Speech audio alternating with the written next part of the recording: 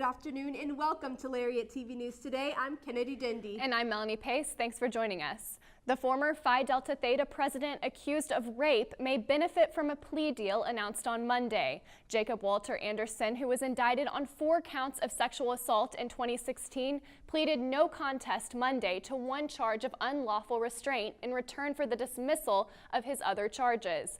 Under the agreement, Anderson would not be required to go to prison and would not register as a sex offender. Instead, his sentence would be 3 years of probation, a $400 fine, and required counseling. By offering the plea deal, the victim's family angrily believes the McLennan County District Attorney's Office has allowed rape to no longer be a crime in Texas. They say a prosecutor told them a jury in Waco is not ready to convict someone only for his first rape. A judge still has to approve and accept the sentencing in 6 weeks. Phi Delta Theta has been suspended since Anderson's indictment in May of 2016. According to Baylor Student Activity's Greek Life webpage, it is set to return to campus in spring of 2019. The Mayborn Museum's annual Sikkim Science Day was interrupted on Saturday by tornado warnings and sirens that alarmed many children and their families. I had the opportunity to ask attendees their thoughts about this unexpected twist of events. Sikkim Science Day at the Mayborn took place on Saturday afternoon, where children participated in STEM activities with the help of students and faculty from Baylor's American Chemical Society. And then Sikkim Science Day took a twist as the Mayborn Museum staff hurried children and their families into safe areas of the museum. One Waco father says that he brings his children to Sikkim Science Day every year. We love to bring our kids to the Mayborn, and it's fun. My career is in science, and so I think just naturally our kids are going to like that kind of thing too. It bends around in the funnel. It's a force of wind that goes around. No, it's actually warm air mixed with cold air. It's cool! So it's really rare, so I'm really scared. I'm here with Lorelei, and she has some good news for the Baylor and Waco community. We are technically out of the warning area, and as you can see on my dad's radar, it has just red over there and yellow over here. So we're out of the warning area. And that is such great news. Thank you, Lorelei. You're welcome. But that wasn't it for the Sikkim Science Day activities. When I was little, I got to come to things like this, and it's kind of where I am today because there was other people that threw stuff like this for me when I was little, and I just kind of want to give back and do the same thing for them. There's a disconnect. When kids are this big, they love science. When they get to high school, they lose that. They lose all of that, great feeling and everything else about science. And so it's great to try to foster that when we possibly can. And so the idea is to try to bridge that disconnect, keep kids interested in science. We need people in the STEM fields, and this is a great way of doing it. And Mayborn provides this opportunity for their guys, and so I think that's great. So we just want kids to just see how fun science can be, honestly. Like blowing bubbles, using dry ice and all that, we just wanted to make it fun. So if something's fun, you want to learn about it more. So it's kind of we're trying to push here, start them early, make it fun to learn. For Lariat TV News, I'm Kennedy Dindy. McLennan County voter registration numbers are the highest they've been in a decade. Texas as a whole is breaking records as well, with 15.6 million registered voters in the state, according to Texas Secretary of State Rolando Pablos. The last day to apply for a ballot by mail is October 26th.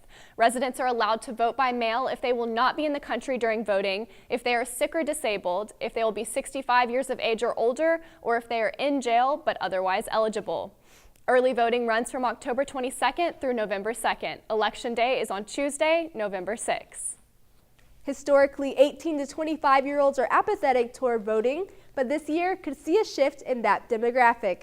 LCVN's Savannah Cooper spoke with a few students about the upcoming midterm election to hear more about the importance of being informed.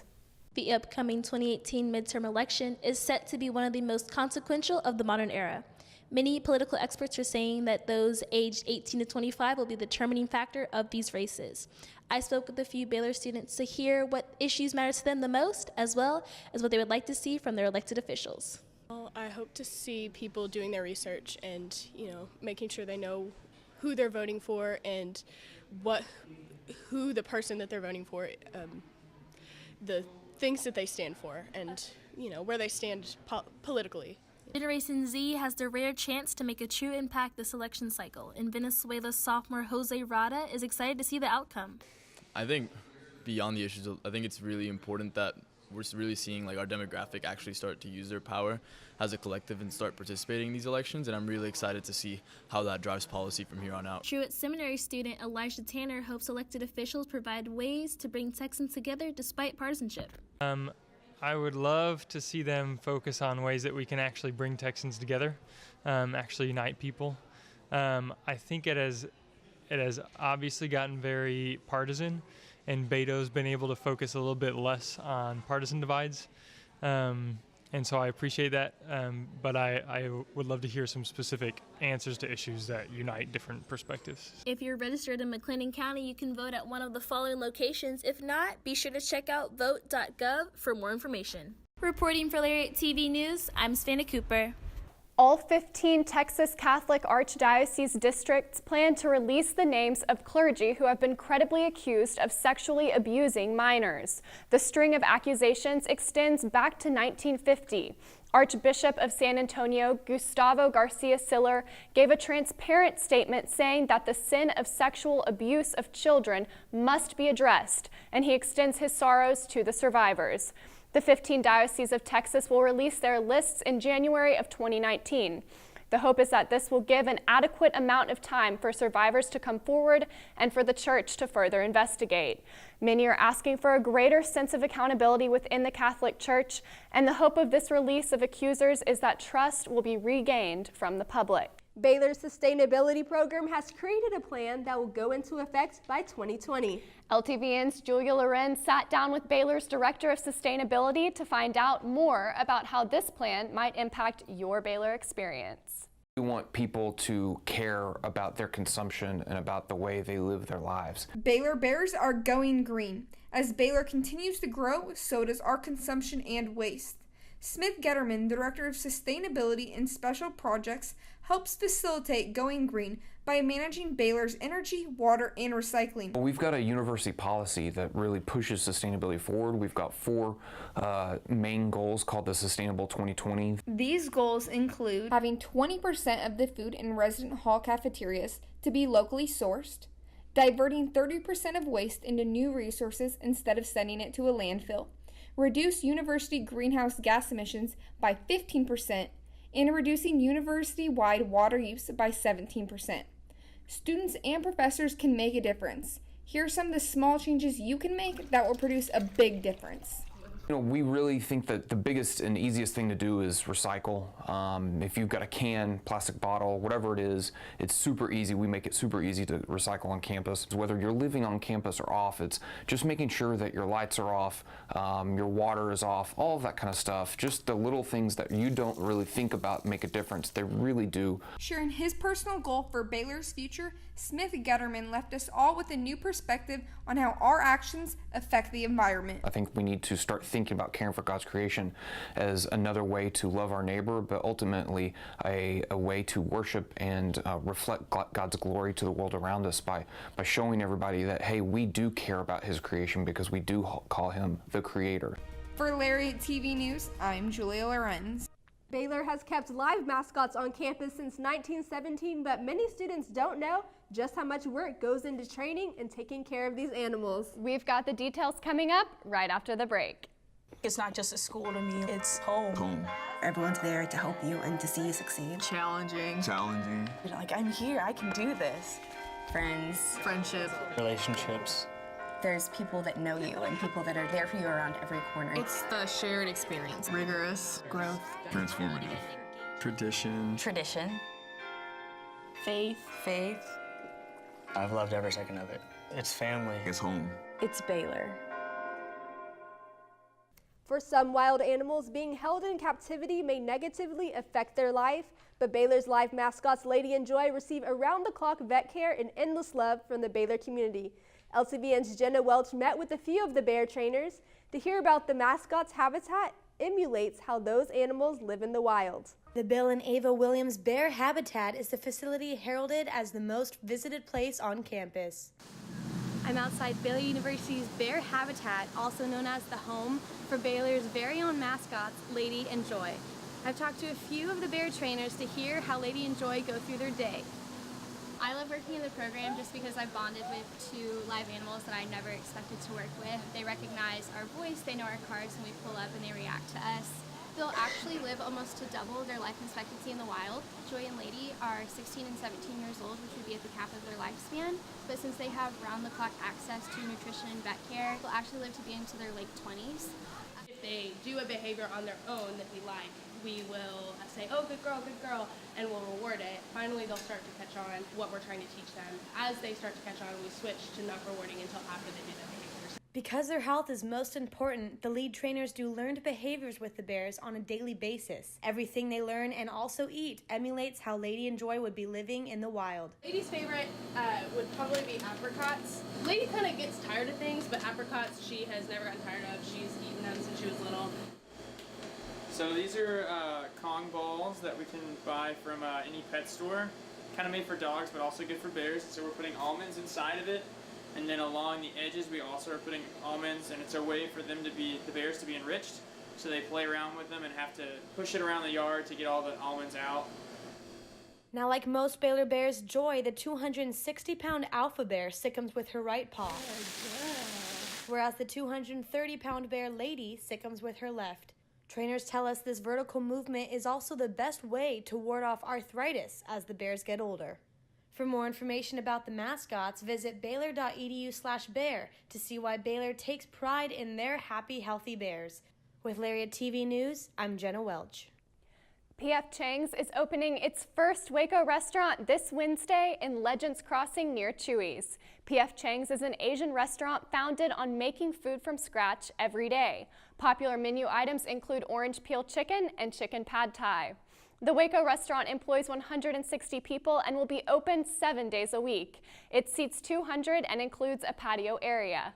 Dwayne Chambers, P.F. Chang's Chief Marketing Officer, said the company looks forward to making new friends in the Waco community. Zeta Zigga Zama is a well-known local fraternity on campus and holds events like Club Kool-Aid and Lake-A-Date.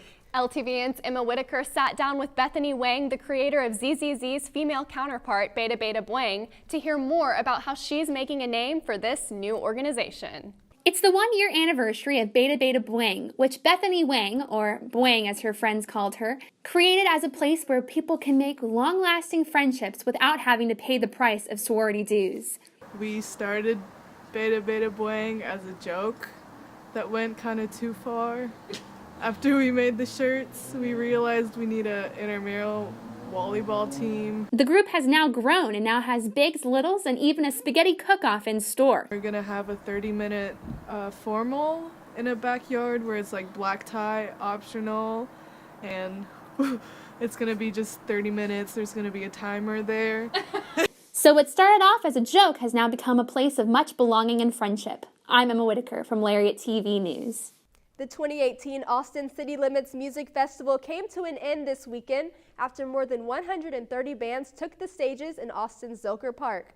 Paul McCartney, Metallica, Lil Wayne, and Shawn Mendes were just a few of the performers over the past 2 weekends to bring live entertainment to the crowds. Around 450,000 people attend the festival every year, with tickets selling out at rapid rates. Select performances from ACL can be viewed by visiting aclfestival.com, and dates for next year's Austin City Limits Music Festival have already been released for October 4th through the 6th and the 11th through the 13th of 2019. Halloween is almost here, and so is a local animal shelter's annual zombie run. LTVN's Caroline Waterhouse found out which fraternity has been working to help promote the run. They're undead.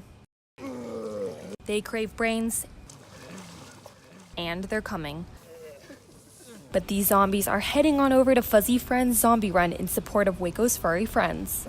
This isn't something you'll have to drag yourself to. In fact, you'll be thrilled about it. Baylor's Pi Kappa Phi fraternity proudly supports the organization. If more people on Baylor would go help them out, it'd make their lives easier, and it would just kind of promote the whole, their whole cause. By going on to runsignup.com or to fuzzyfriendsrescue.com, you can reserve a ticket up until October 25th.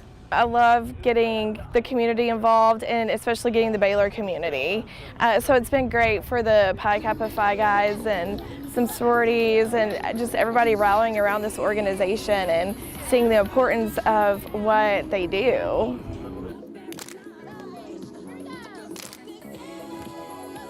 So come out on October 27th to support these cute animals because these zombies are just dying to see you there. With Lariat TV News, this is Caroline Waterhouse. Basketball season is almost here, and the Bears and Lady Bears aren't the only players hard at work this month. We'll tell you more about the Dream Team coming up right after this. It's a school to me. It's home. Everyone's there to help you and to see you succeed. Challenging. Like, I'm here, I can do this. Friends. Friendship. Relationships. There's people that know you and people that are there for you around every corner. It's a shared experience. Rigorous. Growth. Transformative. Tradition. Faith. I've loved every second of it. It's family. It's home. It's Baylor. It's almost time for Lady Bears basketball, and one group of guys around campus is helping the ladies get ready for their season. LTVN's Noah Tor has the story. You may have seen flyers posted around campus early in the semester about the Dream Team, but what is it? The Dream Team is a practice squad for women's basketball. Their mission is to help the girls get better day in and day out. And while they are just a practice squad, they are still official NCAA athletes. They sign the same forms as scholarship athletes and go to some of the same meetings as the Lady Bears. What does that mean in terms of incentives? Associate Director of Operations Kaylin Rice says there aren't many perks for being on the Dream Team.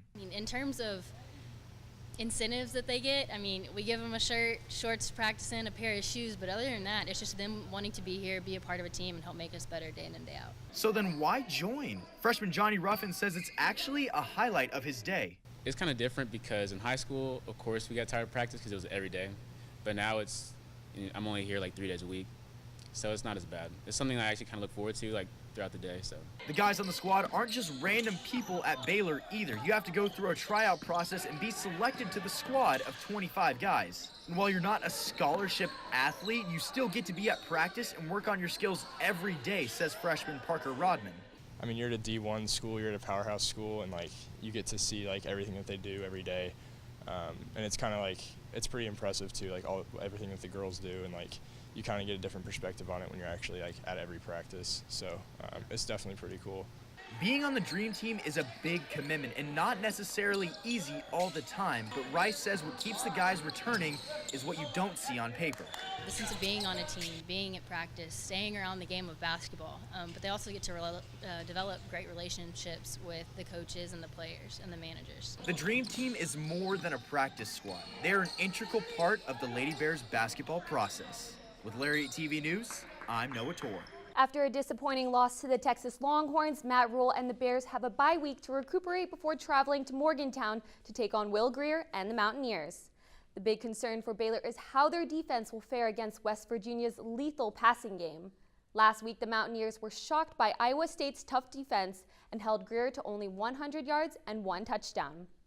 The Bears' defense plays better against the pass than the run, but next week will be the real test for the team. We'll have more on the game for you next week. Baylor took on Oklahoma State University in a Big 12 match on October 12th. After a tough defensive battle, the Bears overcame the Cowgirls and won 1-0. That's the Big 12. You've got to grind it out. You've got to do what you do to get the result at the end of the day, and our girls did that. And today we just had to play the whole 90 minutes as hard as we could, and I thought the team really showed up today and really put the effort out the whole 90 minutes, so I was really proud of that. Honestly, our girls play hard. There's some things that we need to adjust. And probably we talked about at halftime. There's some times where we can be a little bit better defensively and not run through players at times. And I thought we made a better adjustment in the second half on that. Defenders were really tight on me in the corner kick, so I got free from it and happened to be in the right place and got to get a shoulder on it. They're kids that want to compete, and they're going to do whatever they got to do to win. Baylor soccer is now 12-4 overall and 5-1 in the Big 12 with a 5-game winning streak. The 13th ranked Bears take on Kansas State at Betty Lou Mays Soccer Field, where they're unbeaten at 7 p.m. this Friday. After the huge comeback win on the road against West Virginia, the women's volleyball team stay local this week as they take on the Kansas State Wildcats. Baylor stayed even at number 24 in the polls this week despite the comeback against West Virginia. Kansas State is currently unranked and has yet to win a game in the Big 12 play. That bodes well for the Bears, who have been inconsistent at times during games. They have the power to beat the number 2 team in the nation and also lose to an unranked team. If Baylor wins this week, they move 5-3 in the Big 12 and potentially move up to the 3rd in the Big 12. The match is at 2 on Saturday. And that's your sports update for this Wednesday. Thanks for watching Lariat TV News today. Don't forget to check out the new Lariat Alive feature in the print edition of our news. We'll see you next week. Have a safe and fun fall break.